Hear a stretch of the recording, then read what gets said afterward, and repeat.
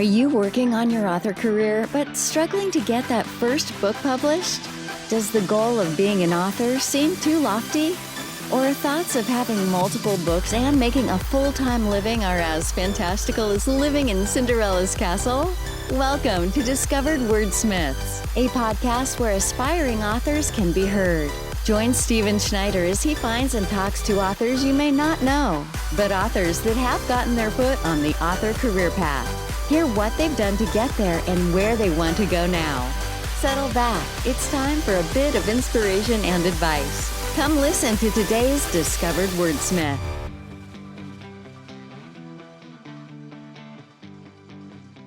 Today on Discovered Wordsmiths, I have Don Ake. Don, good morning. How are you doing? Good morning. It's a great morning here. Yes, it's finally getting warmer around here, though. We've got some cold temperatures at night still. Been a weird spring, but yeah, we'll take the sunshine. Yeah, definitely. So, Don, before we talk about your book, let's find out a little bit about you, where you live, and some of the things you like to do besides writing. I live in Jackson Township, and right now, this is a transition period for me because I retired from my day job in September. Okay. And so the things that I do beyond writing, well, I'm spending most of my time right now, even in retirement, writing my fifth book, which will be a business-related book. Oh, nice. But besides that, I like to play tennis. Since I retired, I've been doing some stand-up comedy. Really? Yes. So I'm a humorist, and that doesn't translate 100% over to stand-up, but I've never had time to do stand-up, and my friends have always wanted me to get back on stage. I used to do stand-up years ago. And so since September, I've been on stage several times, and that's a fun thing to do. Yeah, cool. You write humor books, and we were going to talk about writing humor later. So that'd be great to talk about how it's different than stand-up comedy and compare and contrast that a bit. We'll get into that a little bit. That'd be great. Why did you want to start writing these humor books? It was an interesting thing in that I wrote a humor column in college at the University of Akron a long time ago. And I at some point a few years ago, several years ago now, I wanted to start a humor blog. And so the column that I wrote for the University of Akron Book Delight was called Aches Pains, all right, play on my name. And so when I started the humor blog, I called it Aches Pains Humor Blog. And at the beginning of the blog, I said, yeah, I'm just back after a brief 32-year respite. But the thing with humor writing with me is, even though I'd taken all that time off and I had written stuff, I'd written some sketch humor, I'd done stand-up comedy in between, so it wasn't like I hadn't written anything. But humor writing comes naturally to me. So it wasn't too long after I started blogging that I was back doing what I do very well and do naturally. So then I started this humor blog in 2011, and by 2015 I had enough following and enough material that I put it into a book that's called Just Make Me a Sandwich, which is my first humor book. So I never set out to write a book. I was just having fun. I was just writing blog posts, and all of a sudden I have a book. My goal, one of my life goals, was to write a book after I retired. And so I figured after I retired, I'd have time, I'd write a book. And so I forget the math now. I fulfilled one of my major life goals like 7 years early, okay, which is very rare. Followed up Just Make Me a Sandwich a few years later with Will There Be Free Appetizers? And then kept writing, and then a couple years later introduced in 2020, right in the middle of this pandemic, the current one, Turkey Terror at My Door. So that's the history from college to now. And that's cool. I remember the Book Delight because I went to Akron also. I don't know if I remember your column, but that was 30 years ago. Tell us a little bit about Turkey Terror and the other books. It's humor writing. So tell everybody a little bit about what that means and what they can expect to see in the books, because it's not a story necessarily. It's short essay humor, and it's about everyday subjects that I encounter. A lot of it's about me and my interactions with people, my interactions with things, but it's about general topics that I can make funny. People have compared my writing and my books with the show Seinfeld.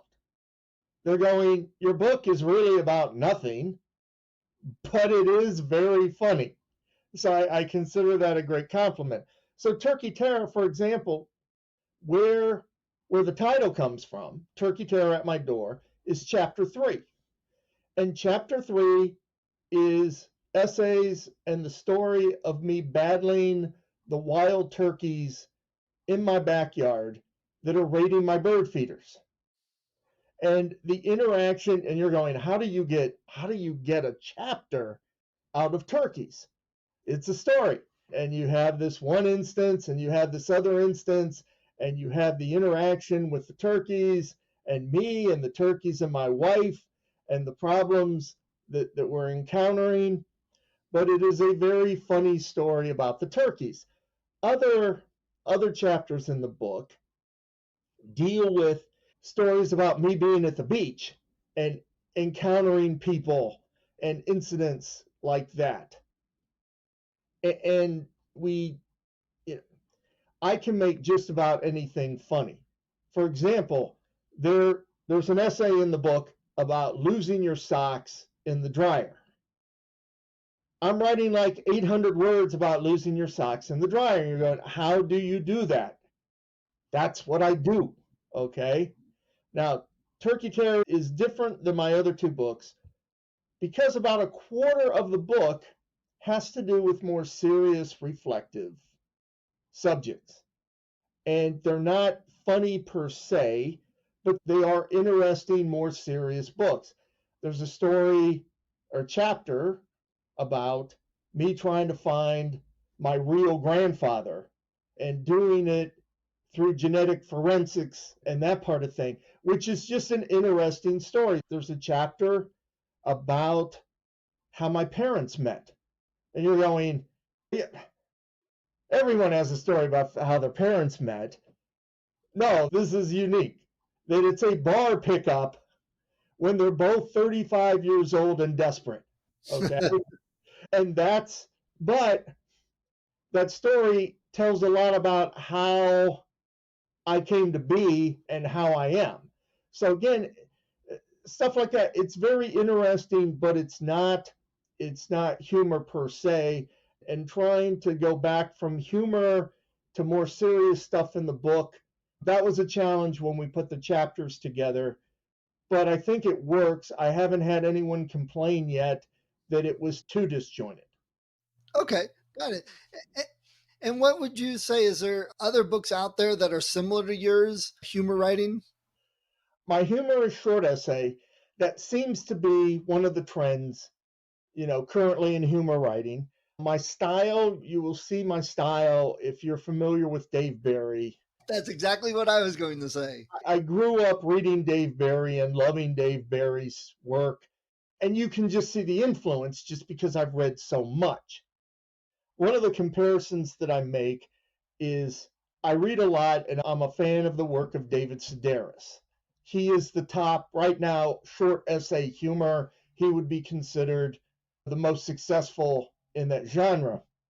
I tell people who are familiar with his work, I'm like the Midwestern version of David Sedaris.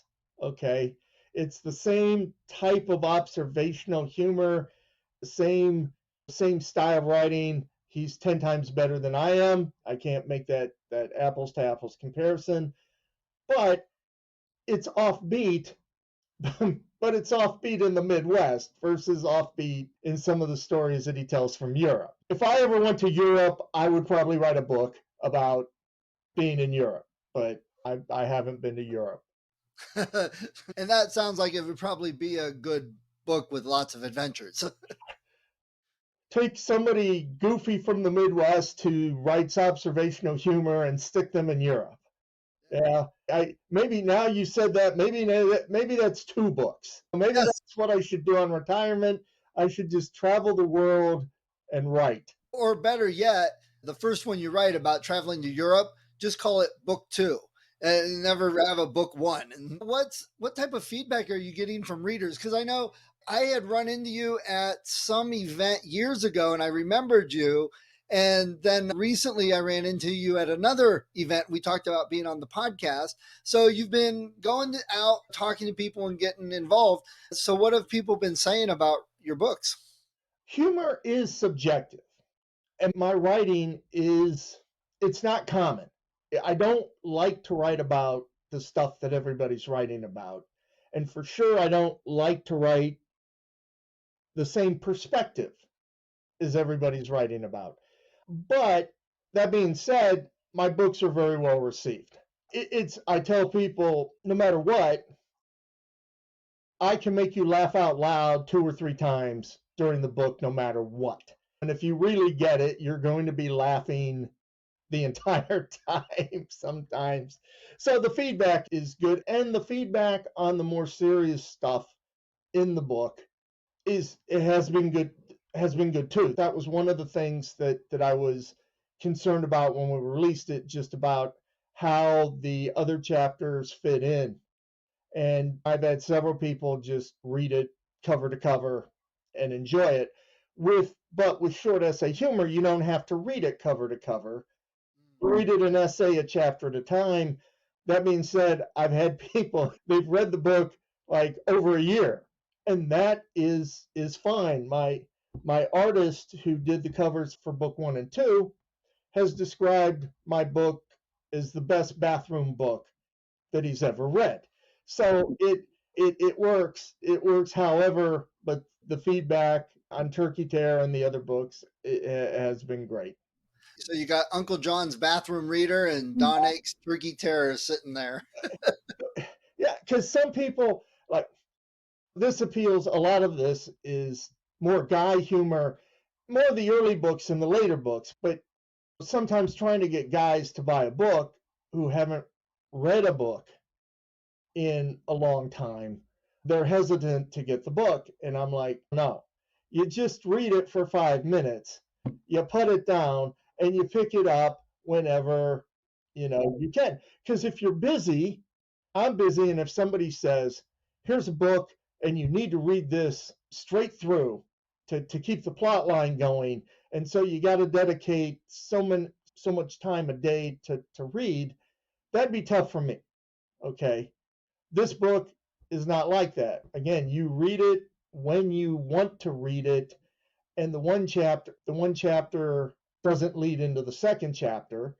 And with my humor, because of how it is, you're not going to find every essay humorous, all right?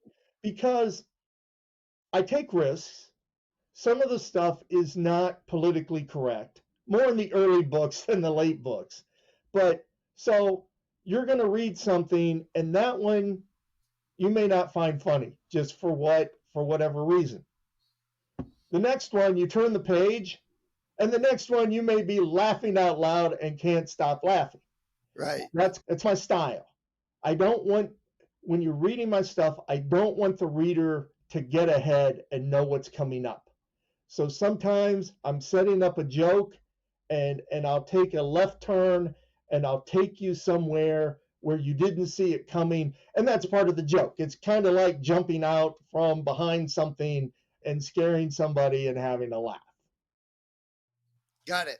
And have you ever thought of writing like a fiction story with all the humor in it? All right, now you're getting to book 6. Oh, okay. We've got plans. Right now, things are, book 4 is written at the publisher, but suffering a few publisher delays at this point. Okay, so book 4 is not out. It will be out sometime. Unfortunately, I don't have a date right now because We're working through some issues. Book 5 is about 80, it's about 90% done. Okay. But that's a business book, so that's going to take some time to edit and whatever. But book 6 is going to be a novel. It's going to be set in a business setting, and there will be humor interjected into that. So you have correctly, I congratulate you. You have correctly anticipated book 6, and you know, chances are, maybe I start writing that one before the end of the year, but we'll have to see how things. Oh, great. We'd love to follow up next year or so, find out what's going on, how that's going, or Because you're not has. going to have me. You're not going to have me on the podcast for the business book. That's not going to work. So that would be the next book that would qualify for the podcast. Got it. Okay. Don, do you have a website? I do not right now have a website. I took a break from that when the pandemic hit, a little bit before the pandemic hit. However, I will be having one. I will have a new website before book 4, but I don't have that right now. Okay. All right. But we can get your books on all the usual suspects like Amazon. You can get it on Amazon. You can actually get a signed copy on eBay. If you go in and search my name for author signed copy. And of course, if you want to email me at donake, DONAKE at outlook.com, I can get you a signed copy. Okay. That's great. When you're sitting at I'll make sure and put all that in the show notes so people have it there too. So when you're sitting at the author tables and people come up, I've seen those authors. You get some nonfiction, people with history and memoirs and whatever else. And then you get some fiction, a lot of sci-fi, a lot of fantasy, some romance. And then they come over to Don, and Don's got essay humor. And they're like, why should I get your book instead of those other ones? What do you tell them? Oh, I tell them that it's guaranteed to make you laugh. Do you need to laugh? You cannot read my books without laughing at something. So Yeah. It's very relatable, very simple, plain humor. I'm making fun of things you can relate to. It's not something that you can't relate to. Frustrations with life, talking about trying to adapt to a digital world. Just things, there's nothing in there that you're going, wow, that's really different. I don't know what he's talking about, and I don't get the jokes. So you're going to laugh, and you're going to like the book, and it's something different. So those are good selling points, but we all need to laugh. And that's what this book does. Nice. Great. All right. So we've talked about you've got plans up to book 5. You've worked on a couple books before this. So what are some things you've learned about writing that you're doing different now than you did at the beginning? It was kind of weird when I started the Aches Pains blog. My philosophy was, I'm going to write whatever I want, however I want, and I don't really care who reads it. All right. So it was a politically incorrect, but not offensive. And all of a sudden, I've got this readership that for a politically incorrect book is tremendously diverse. And I didn't really know how to deal with that. So I start smoothing my material out to make it funny, but less offensive to this diverse audience. And what that means is that sometimes I will rewrite a sentence or 2 sentences. I'll rewrite those 7 times so that the people still get the joke. But the people who aren't going to find that funny, which that's just the nature of the diverse audience, okay? It's humor. The people that don't find that funny won't be offended, which means the next time that I write something that they love, so that is a big change. All right. The other thing is, as I started writing, I'm writing from the perspective of a middle-aged guy, and I'm not, I keep saying politically incorrect, and don't get the wrong idea. It's just in our sensitive world, it's hard not to write humor and have that to be the case. But in writing, all right, my female audience, which I never expected to really have a strong following, writing from my perspective, like that has grown, okay? And as it's grown, I've adapted to the audience, okay? So my first book, which is the roughest and the most guy humor, and probably still the most popular among guys, the second book is smoother than the first book. And Turkey Terror is smooth, okay? It's still funny, but the writing and just how I go about stuff is smoother than the first two. That being said, I've had some of my friends, the guy friends, go, "Oh, dude, that first one was just the best, and this is good." And I'm like, "Yeah, I know, but we're making it more attractive to the wider audience, and I think it works." And as the more you write, the better you get. It's incredible. The first book you put out as an author, you're thinking, I cannot possibly write any better than this. This is just like the ultimate book. It's the best that I could ever do. And now I read that book versus the third book, and I kind of laugh. Yeah. That's the best you thought you could do.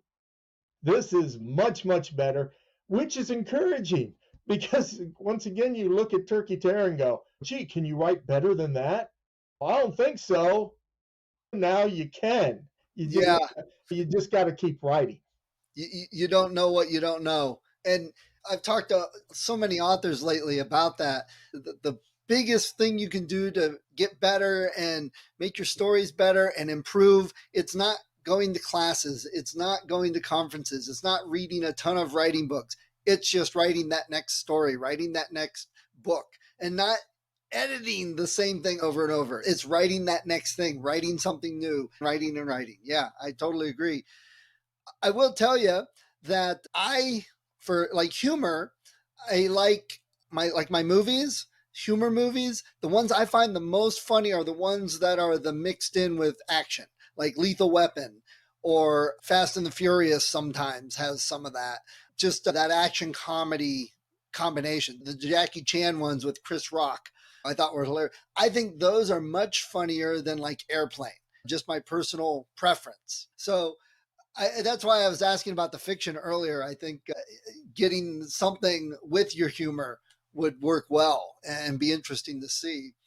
So you mentioned doing stand up. So how do you prepare for stand up to do comedy as opposed to writing a book? How are those similar and different? I am a much better humorist than I am a comedian. So when I'm writing something, like I said before, I could rewrite something 7 times.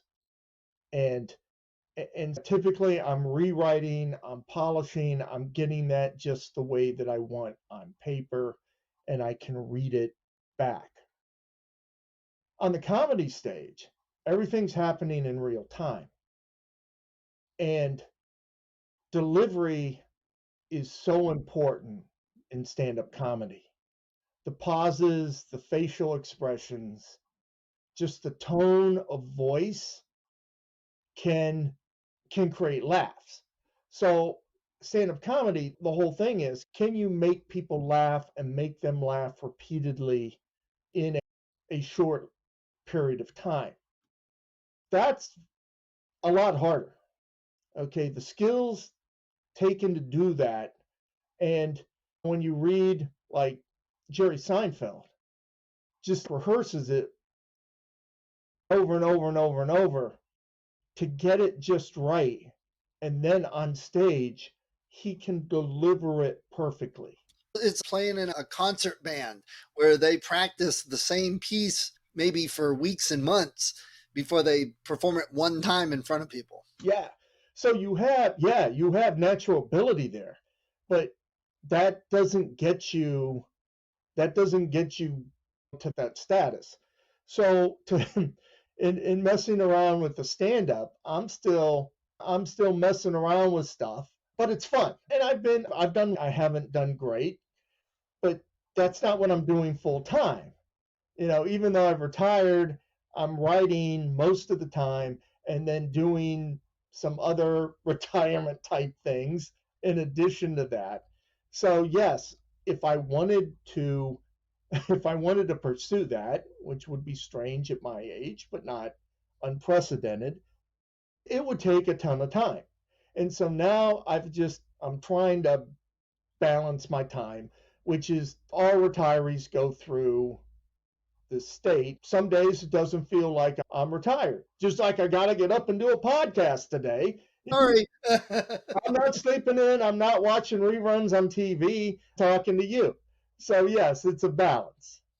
Yeah, but I've talked to quite a few people who retired and wrote a book. They just couldn't do the let me sit here and watch Wheel of Fortune and Jeopardy and Price is Right all day and do nothing. They wanted the next part of what they want to do in their life. And writing a book seems to be quite popular. And I've had several.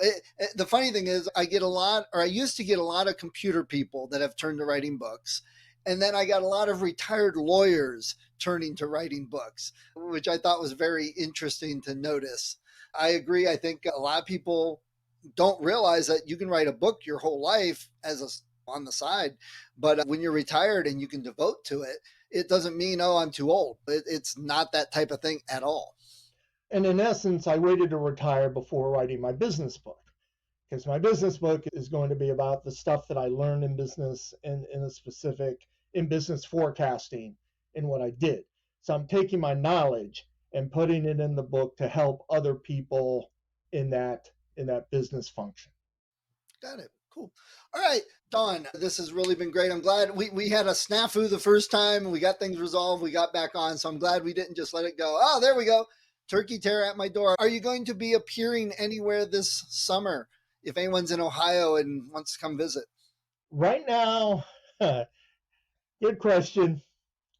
Right now, I do not have anything set up because I am awaiting the release of book 4, which I don't know when it's coming out yet. So as soon as book 4, which is called Deep Heavy Stuff, which is not a humor book, all right? We're shifting to more serious short essays on the serious stuff of life. As soon as that comes out, I'm going to be all over the place. But I can't set that up until we get that, and once I get that, it's going to make an interesting authors table with 3 humor books and 1 serious book, and trying to explain to people the differences, because they're not anything, except for being short essay, they're not anything like each other. Got it. Yeah, that'll be interesting. I'd like to hear about it. Maybe we'll run into each other once you do that. We can do a podcast on Deep Heavy Stuff. Yeah. And that'll be a much different podcast too. Okay, great. We'll have to check that out, follow up, and hopefully we run into each other. Before we go, do you have any last minute advice for any authors out there that are looking to write humor? What would you tell them? That is a hard question. Humor writing comes naturally to me. I could turn out a humor piece every day if I wanted to, and at decent quality.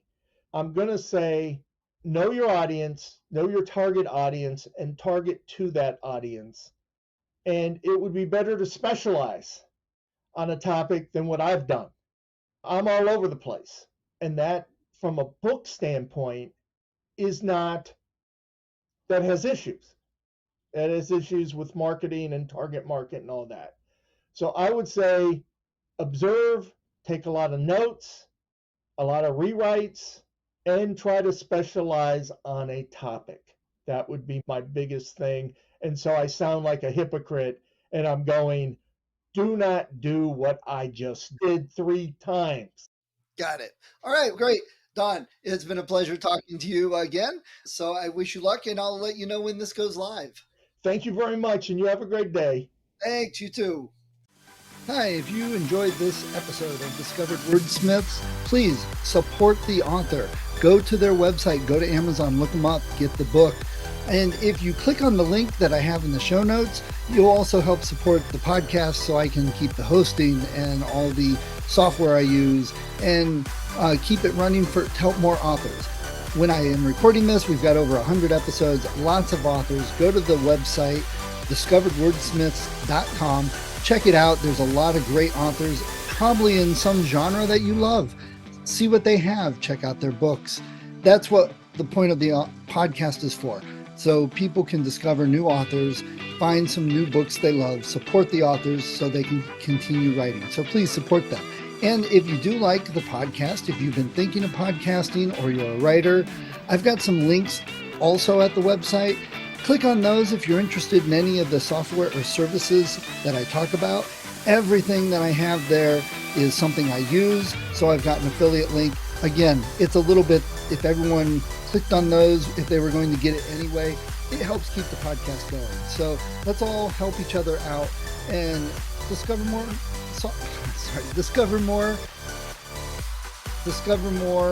authors to read.